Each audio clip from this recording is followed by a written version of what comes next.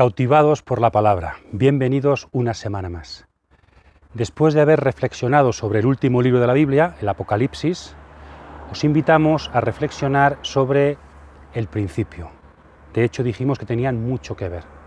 Vamos a comenzar ahora a explicar un poco el libro del Génesis, los orígenes de Israel, la historia patriarcal y también los orígenes de toda la humanidad. Por tanto, la creación con su belleza nos cautiva. En el Génesis queremos ver qué hay debajo de tanta belleza, cuál es el origen de tanta vida que nos circunda alrededor. Bienvenidos a este rincón de la palabra.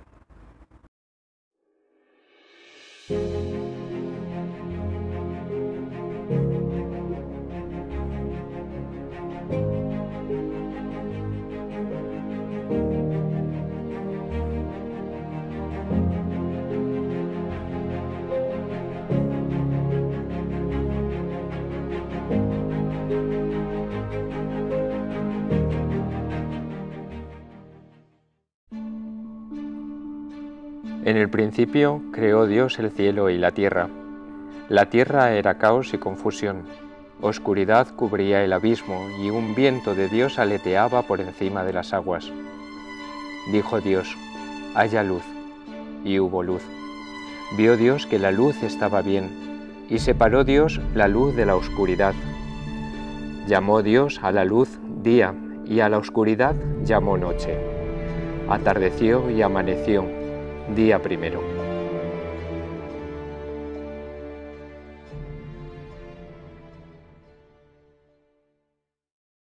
El libro del Génesis. Pasamos, hemos dicho, del final de la Biblia al comienzo de la Biblia, del Nuevo Testamento al Antiguo Testamento. Primero, situemos el libro del Génesis en su contexto, diríamos, literario e histórico. Es el primer libro de la Biblia, pero si leemos el Génesis, si estamos leyendo el Génesis, la historia que comienza con el Génesis continúa en otro libro después, en el Éxodo, y después en Levítico, y en Números. Seguimos leyendo en Deuteronomio, y Deuteronomio, que muere Moisés, si continuamos, la historia continúa en Josué, y cuando muere Josué, la época de los jueces, y cuando los jueces pasan con Samuel, comienza la monarquía, y después los distintos reyes. Es decir, tenemos aquí 11 libros en la Biblia al principio que sin solución de continuidad tienen una historia seguida. No existe nada parecido en la Biblia.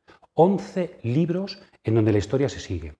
Es verdad que las Biblias posteriores, sabéis que la Biblia se escribió en hebreo, que es lo que tenemos aquí, este bloque de libros. Después en la Biblia griega, y también nosotros en la Vulgata, en la Biblia latina y en nuestras Biblias, hemos introducido entre el libro de los jueces y 1 Samuel otro librito, el libro de Ruth, porque, aunque es una historia distinta, posteriormente escrita, pero habla de la época de los jueces y por eso se introduce. Bueno, pues si quitamos Ruth y lo ponemos en otro sitio, tenemos una historia continuamente seguida. A esto los autores actuales le llaman historia primaria, porque es el primer gran bloque historiográfico de Israel. Y va desde la creación, Génesis comienza con la creación, hasta el exilio en Babilonia, lo cual nos dice en qué época pudo ser recopilada toda esta historia. Aquí estamos en el año 587 o 586 a.C. Está compuesto en la Biblia hebrea por dos grandes bloques. El primer bloque, como ahora veremos, es el Pentateuco, 5 libros, que los hebreos llaman Torá, y después tenemos lo que los judíos llaman los profetas anteriores, ¿verdad?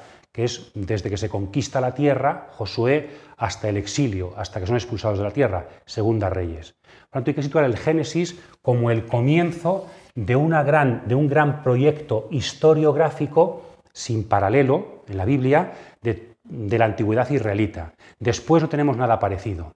Si quisiéramos seguir sabiendo qué pasó después del exilio, no tenemos en la Biblia ninguna. Tenemos luego retazos en los profetas, en los macabeos. ¿Y por qué se llama esto historia primaria? Porque luego hay otro proyecto historiográfico mucho más breve, que son los libros primero y segundo de las crónicas, más luego en el mismo proyecto libros más sueltos, que son Esdras y Nehemías, que nos cuentan lo mismo, pero mucho más breve.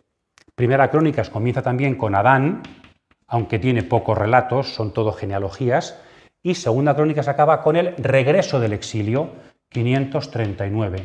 un poquito después, lo cual significa que este libro se escribió después.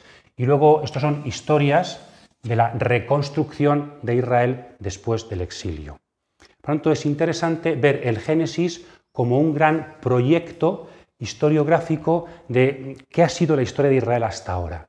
Queremos reconstruir el país, queremos reconstruir un pueblo después del desastre del exilio y, por tanto, estamos recuperando nuestra historia. Luego veremos los paralelismos entre el principio y el final.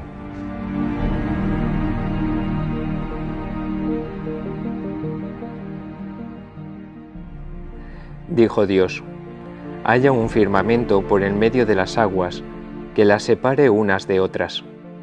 E hizo Dios el firmamento. Separó las aguas de por debajo del firmamento de las aguas de por encima del firmamento. Y así fue. Llamó Dios al firmamento cielo. Atardeció y amaneció, día segundo.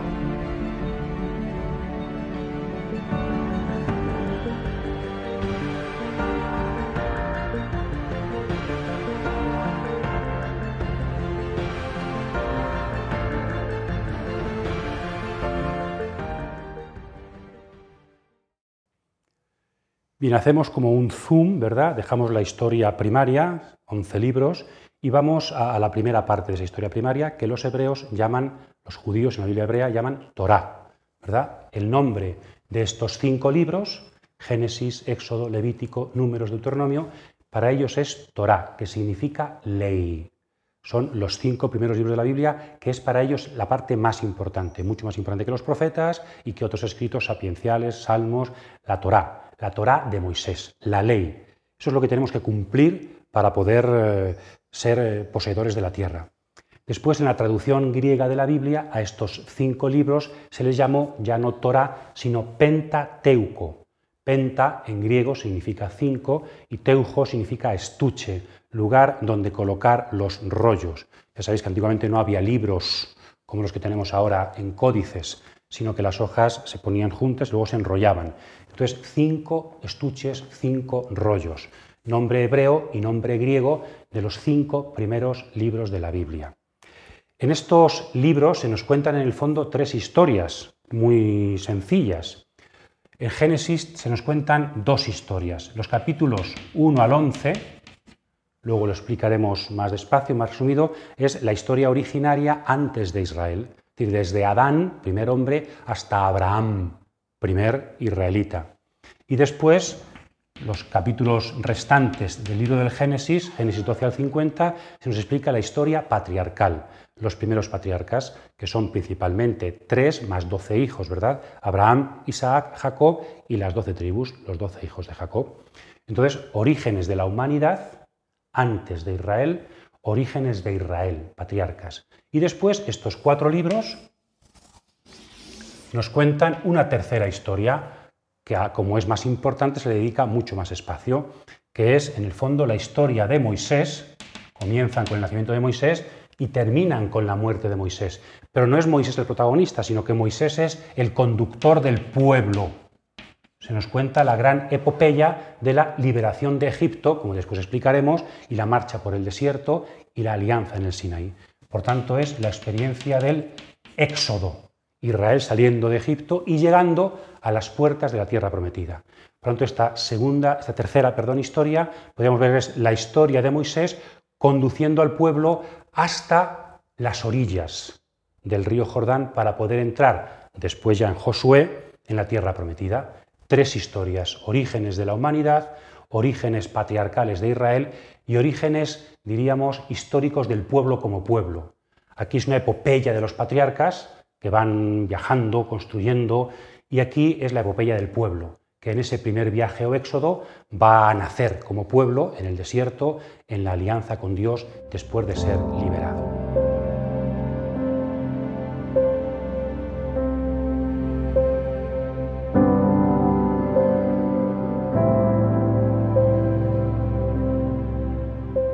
El libro del Génesis, que lo conocemos así, es un nombre griego también. Tiene 2 nombres. Los griegos le pusieron el nombre de Génesis, que significa origen, porque nos explica los orígenes de todo, orígenes del mundo y de la humanidad y orígenes de Israel. Por eso le pusieron Génesis. Pero en hebreo no se llama Génesis, no se llama origen, se llama con las primeras letras, las dos primeras palabras, que son Bereshit, Bereshit. Be significa en y Reshit en el principio, que es como empieza. Los libros de la Biblia hebrea se llaman por su comienzo. Por tanto, nombre hebreo en el origen, en el comienzo, y nombre griego Génesis, porque nos da el tema de todo el libro.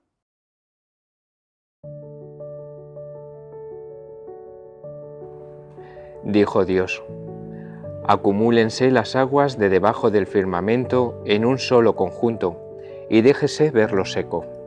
Y así fue. Llamó Dios a lo seco tierra, y al conjunto de las aguas lo llamó mar. Y vio Dios que estaba bien. Dijo Dios: produzca la tierra vegetación, hierbas que den semillas y árboles frutales que den fruto según su especie, con su semilla dentro sobre la tierra. Y así fue. La tierra produjo vegetación, hierbas que dan semillas según sus especies y árboles que dan fruto con la semilla dentro según sus especies. Y vio Dios que estaba bien. Atardeció y amaneció, día tercero.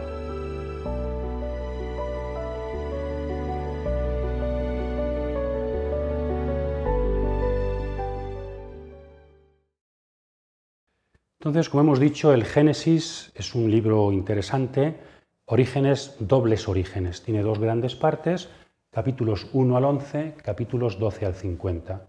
12 al 50, los 4 patriarcas diríamos, ¿no? 3 patriarcas más 1.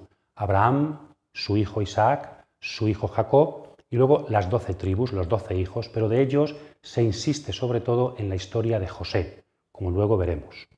Y en la primera parte, en los orígenes de la humanidad, que iría desde Adán hasta Abraham, hasta Teraj es su padre, desde Adán hasta Abraham, la principal característica de estos capítulos es que están partidos por la mitad por el acontecimiento del diluvio con Noé a la cabeza.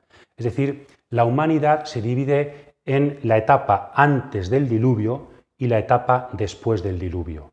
En esto la Biblia no es original, sino que también ya las culturas antiguas tenían relatos en donde se veía una humanidad prediluviana y una humanidad postdiluviana. El diluvio es conocido en todas las culturas del Antiguo Oriente, incluido más cerca de nosotros en Grecia, con Deucalión, su gran héroe del diluvio, como nuestro Noé. De hecho, tenemos también lista de 10 patriarcas antediluvianos y 10 patriarcas postdiluvianos. De hecho, también tenemos un paralelismo entre Adán y su pecado, y una serpiente y un árbol y la historia después del diluvio con Noé y el pecado de su hijo Cam, y también una planta, que en este caso es una viña. O sea, hay un gran paralelismo entre el comienzo de la humanidad, Adán, y el comienzo de la nueva humanidad con Noé. Por tanto, estos capítulos podríamos dividir eso, la humanidad antes del diluvio y la humanidad después del diluvio. Vamos ahora a centrarnos en los primeros capítulos del Génesis. Dijo Dios: haya luceros en el firmamento celeste, para separar el día de la noche, y sirvan de señales para solemnidades, días y años. Sirvan también de luceros en el firmamento celeste para alumbrar sobre la tierra. Y así fue. Hizo Dios los 2 luceros mayores, el lucero grande para regir el día, y el lucero pequeño para regir la noche, y las estrellas. Y los puso Dios en el firmamento celeste para alumbrar la tierra, para regir el día y la noche y para separar la luz de la oscuridad. Y vio Dios que estaba bien. Atardeció y amaneció, día cuarto.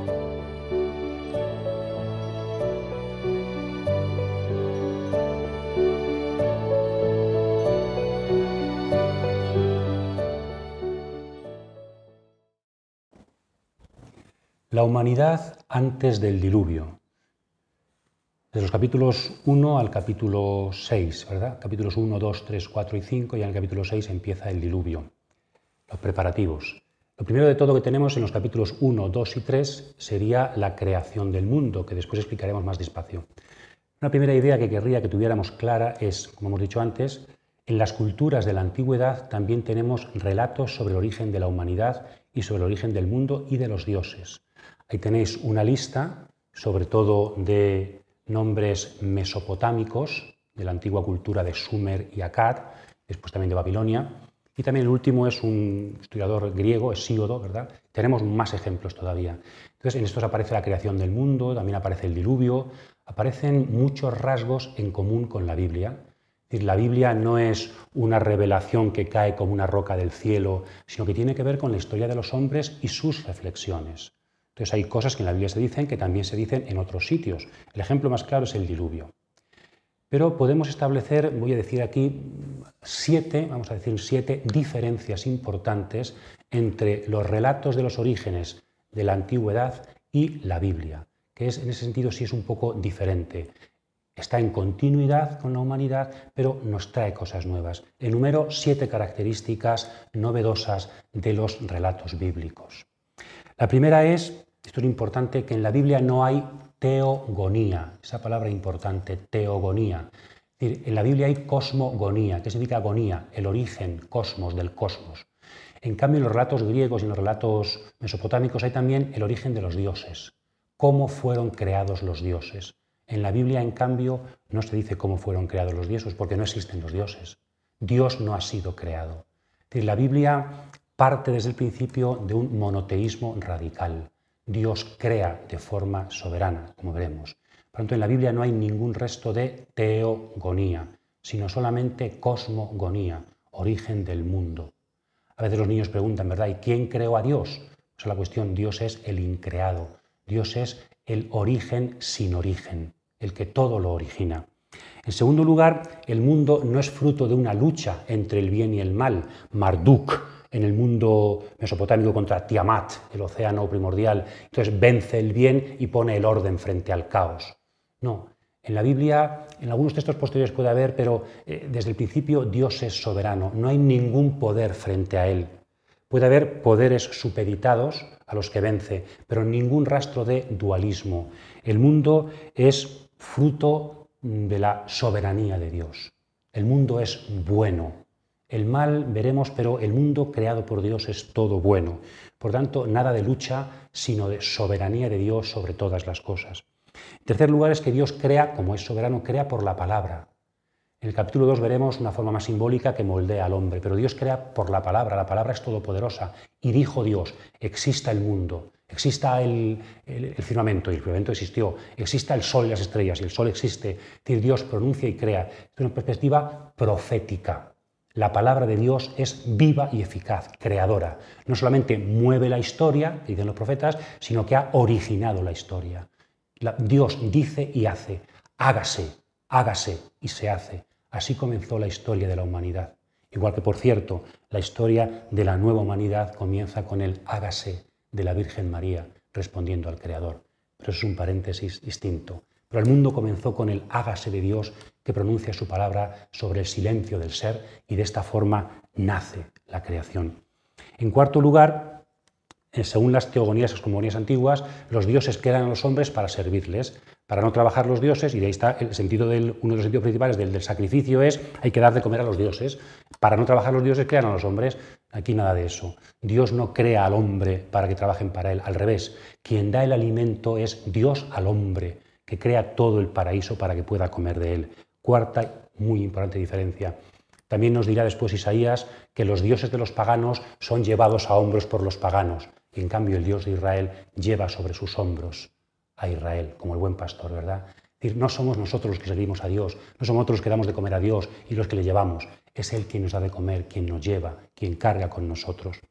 La quinta diferencia es que el diluvio, según los textos antiguos, es por culpa de que hay mucha gente, ya hay mucha gente y hay que hacer una especie de selección, ¿no? Hay mucha humanidad, hay que hacer un plan maltusiano, hay que acabar con gente porque los dioses se cansan de tanto ruido que da la humanidad.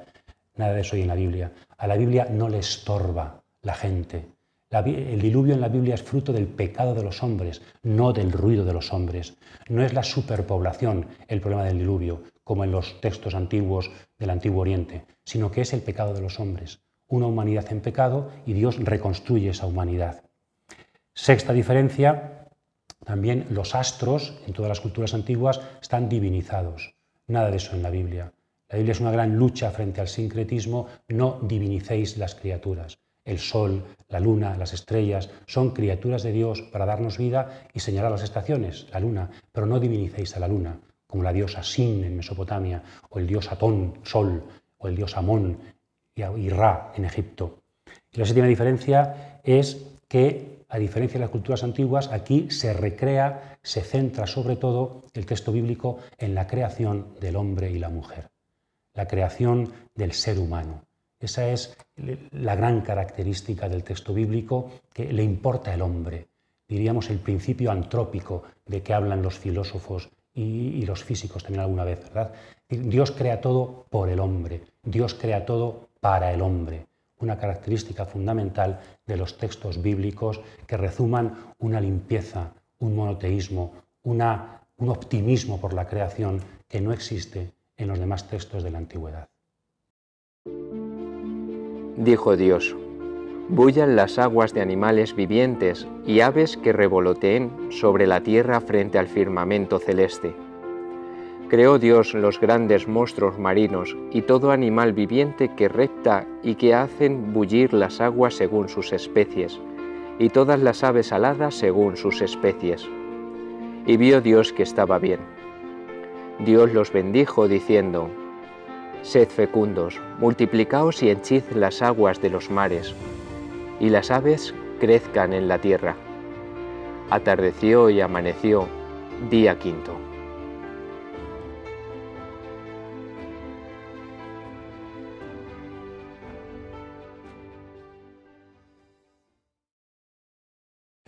Bien, vamos ya por fin a los primeros capítulos del Génesis, que tenemos una pequeña complicación, pero que ya casi todo el mundo conoce y quiero que todos también conozcamos, aunque sea un poquito al principio, parece difícil, y es que empieza todo muy bonito a crearse, pero termina de crearse y dice el versículo siguiente: y entonces Dios empezó a crear. ¿Pero cómo? Es decir, los investigadores han descubierto que tenemos no un relato de la creación, sino que tenemos dos textos de la creación. Y además no muy bien repartidos según los versículos. Sabéis que los capítulos y versículos fueron establecidos a partir de la Edad Media en la Biblia, entonces no sabían muy bien los que lo repartieron dónde había. Por eso el primer relato de la creación termina a mitad de un versículo, ni siquiera con un versículo. Entonces todo el capítulo 1 y 3 versículos y medio del capítulo 2 formarían un conjunto cuando acaba el sábado, que es el primer texto de la creación. Y en la segunda parte del versículo 4 comenzaría un nuevo texto, que ya son los capítulos 2 y 3, que el estilo es completamente distinto, una cosa muy sencilla.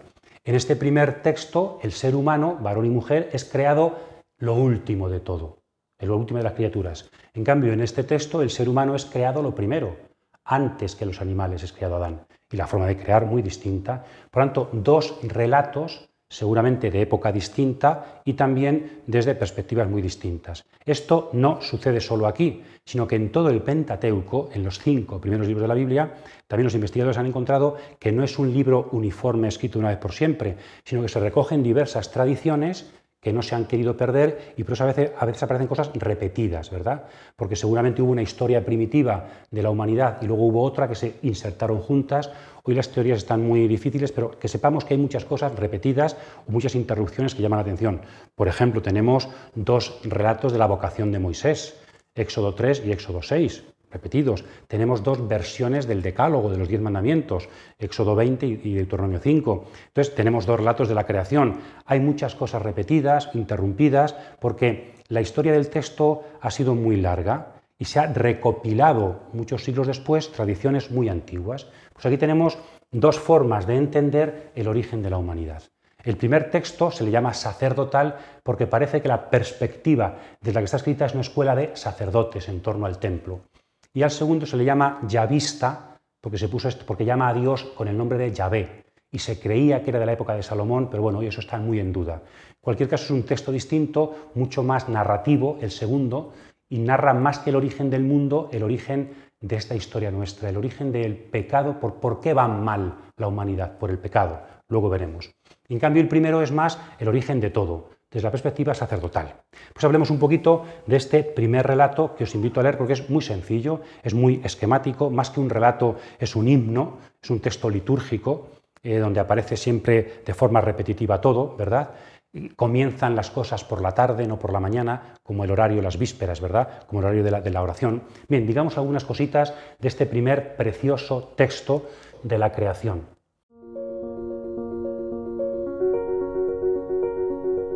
Dijo Dios: produzca la tierra animales vivientes según su especie, bestias, reptiles y alimañas terrestres según su especie. Y así fue. Hizo Dios las alimañas terrestres según su especie, las bestias según su especie, y los reptiles del suelo según su especie. Y vio Dios que estaba bien. Dijo Dios: hagamos al ser humano a nuestra imagen como semejanza nuestra, que manden en los peces del mar y en las aves del cielo, en las bestias y en todas las alimañas terrestres, y en todos los reptiles que rectan por la tierra. Creó pues Dios al ser humano a imagen suya, a imagen de Dios lo creó, macho y hembra los creó. Después los bendijo con estas palabras: sed fecundos y multiplicaos, henchid la tierra y sometedla, mandad en los peces del mar y en las aves del cielo, y en todo animal que recta sobre tierra.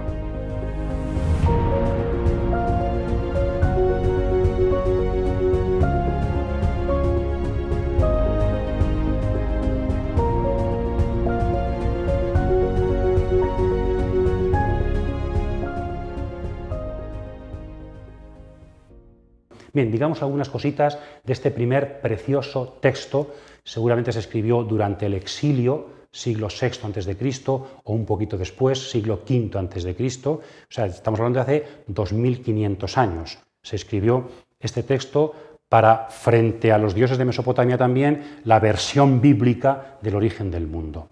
Subrayamos 5 características de este texto precioso. Primera es que el mundo fue creado en una semana. Esto es una forma de hablar, como sabéis, y lo que se nos quiere decir es cómo fundamentar el trabajo humano y el descanso sabático. Pues se fundamenta ese mandamiento, cuarto en la ley de Dios, tercero en nuestros 10 mandamientos, se fundamenta en el mismo obrar de Dios. Es decir, se retrotrae a Dios un poquito el esquema humano de trabajo. 6 días para crear, para trabajar y 1 día para descansar. De esta forma se quiere subrayar el último día, el día del sábado, el día del descanso, el día dedicado a Dios. Entonces, ¿qué es el ser humano? Es un colaborador con el Dios creador que en 6 días creó todo lo que existe y el 7º día él mismo descansó. Segundo, es la importancia del templo. De hecho, luego cuando se construye la tienda del encuentro en el desierto y cuando se construye el templo por Salomón, se inaugura el primer día del año, que es el día de la creación. Hay un paralelismo entre creación y templo. También aparece ahí la ruaj del Señor, el espíritu del Señor en el templo, y aquí también se cierne sobre las aguas, ¿verdad? Entonces, y luego también hay la estructura de la creación es una gran bóveda y dentro los mares y la tierra, y esa bóveda, que parece un templo, tiene que tener, como todo templo, una estatua. La palabra imagen y semejanza, la palabra imagen, el hombre ha sido creado a imagen y semejanza, la palabra imagen, zelem, es la palabra hebrea que se utilizaba para aplicarla a las imágenes de los dioses colocadas en los templos, de Afrodita, de Zeus, de Marduk. Entonces, ¿qué es el ser humano, varón y mujer? El ser humano, varón y mujer, serían como la estatua de Dios representado en el templo de la creación. Por eso los judíos no hacen estatuas, porque Dios solo se puede representar a través del hombre. La estatua de Dios en medio de este cosmos que es el templo es el ser humano. Y también en el antiguo Egipto, en las antiguas culturas, hay un paralelismo entre el cosmos y el templo. Las columnas que simbolizan los árboles, ¿verdad? El cielo estrellado con formas de estrellas de los templos. Paralelismo entre el cosmos y el templo. Somos la estatua de Dios en medio de este precioso templo donde Él quiere habitar.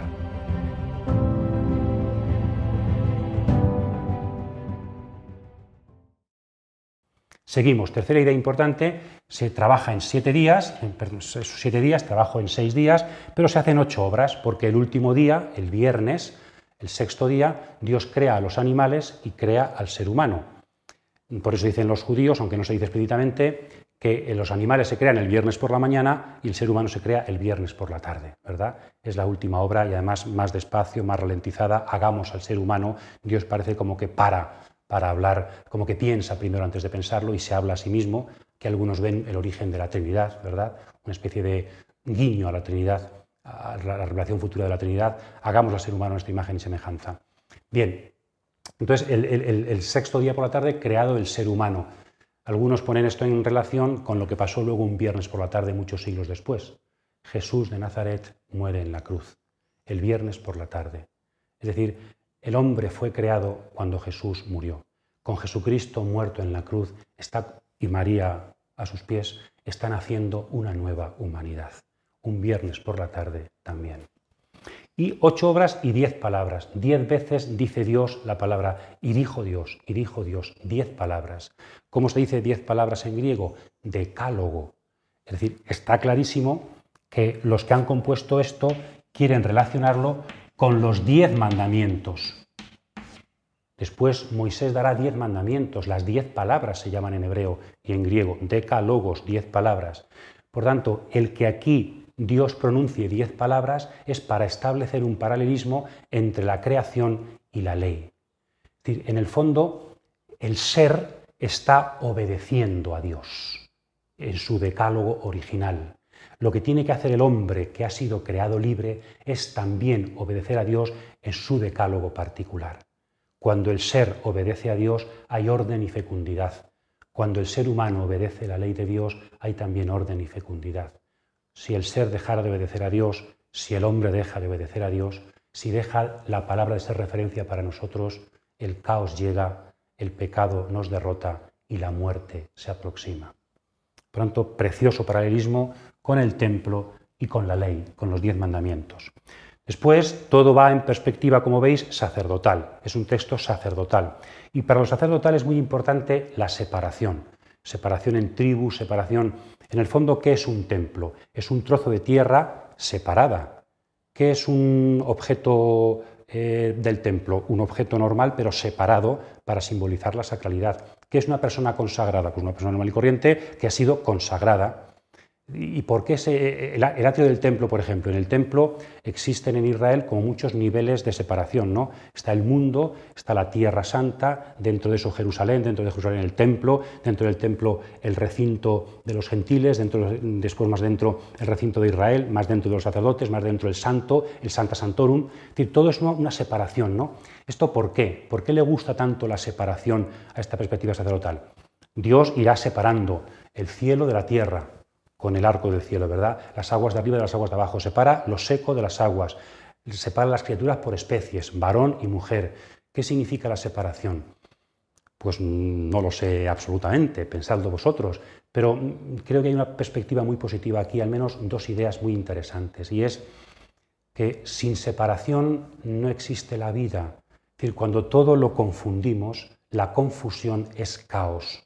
Hasta el mismo amor se hace imposible. Es decir, ¿qué es el amor? Unidad en la distinción. Cuando no hay libertad y distinción no es posible el amor. Por tanto, el saber respetar y amar en la distinción, esa es la clave del ser. No tenemos que sentirnos igualitarios unos a otros y todos somos iguales y no podemos ser diferentes. Este tiene que tener la misma inteligencia que yo, este tiene que tener el mismo... No, somos diferentes. Somos 2 sexos. Somos seres humanos, animales, plantas, somos diferentes. Aceptar la diferencia es la posibilidad del orden y la posibilidad de la fecundidad. Y otra idea muy bonita es, en el fondo, esto está diciéndonos que Dios es diferente. Y la gran tentación del ser humano es construirse un Dios a su imagen y semejanza, y no, es al revés. Dios nos ha hecho a su imagen y semejanza. Y la separación del templo es una pedagogía de la trascendencia de Dios.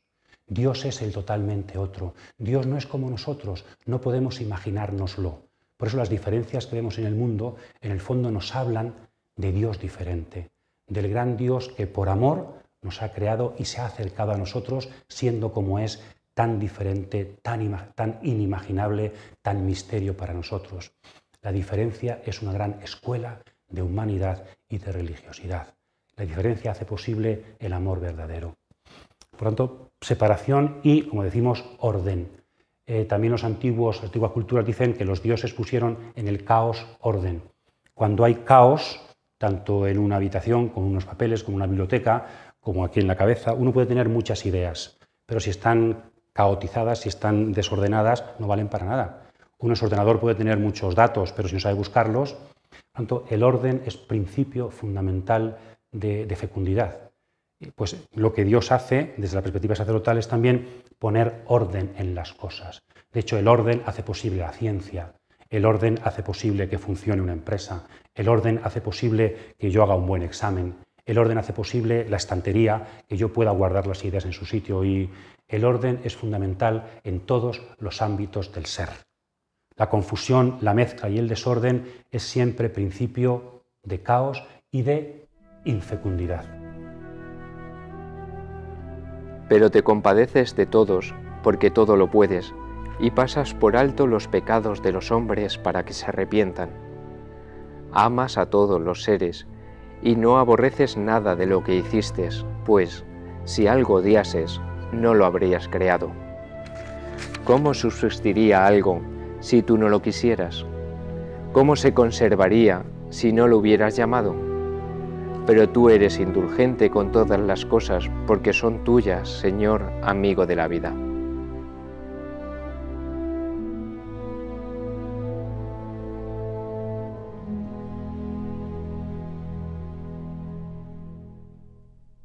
Y por fin, un tema muy bonito, después de cada día, cuando acaba de crear, Dios dice, y vio Dios su creación y le gustó, y era muy bueno.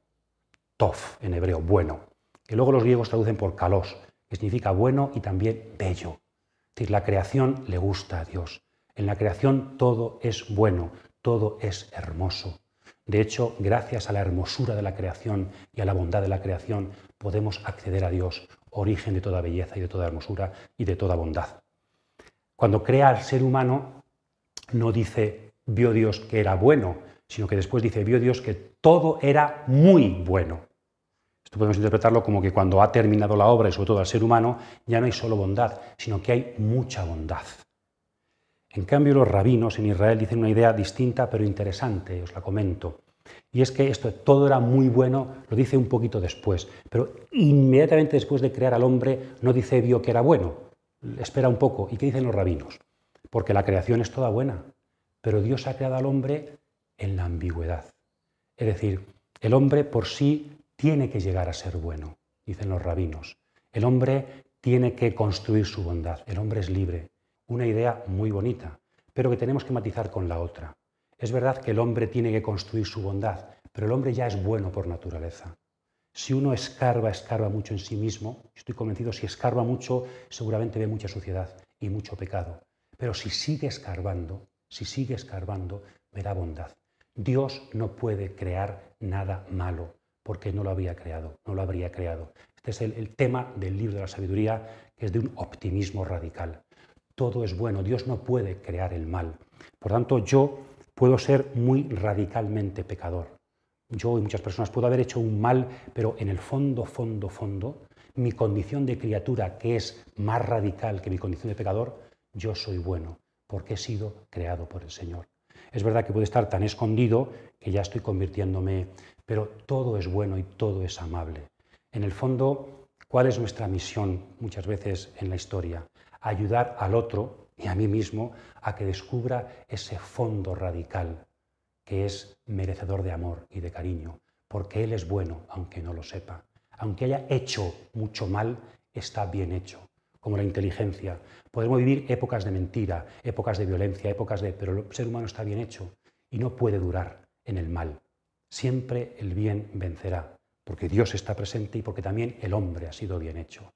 Dios hoy también mira todo lo que ha hecho y se complace, porque a pesar de todo, todo sigue siendo muy bueno y bajo esa bondad constitutiva del mundo y del ser humano, trabajamos, construimos y tenemos esperanza.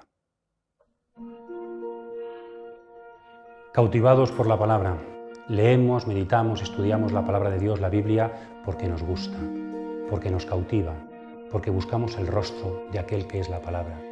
Pero también Apocalipsis, porque queremos conocer la meta por la que trabajamos. Génesis, porque queremos conocer las raíces desde las que trabajamos. Pues ojalá que la lectura y meditación de la palabra nos lleve a Cristo y nos lleve también a despertar nuestra esperanza y nuestras fuerzas, nuestras ganas de trabajar. Estamos bien hechos, hemos sido creados para el bien y por tanto nos levantamos cada mañana en nombre de Dios para transformar este mundo en lo que Él quiere, sabiendo que Él está siempre debajo, en el principio, y Él está siempre en la meta, en el final. Feliz trabajo, feliz semana, feliz encuentro con la palabra.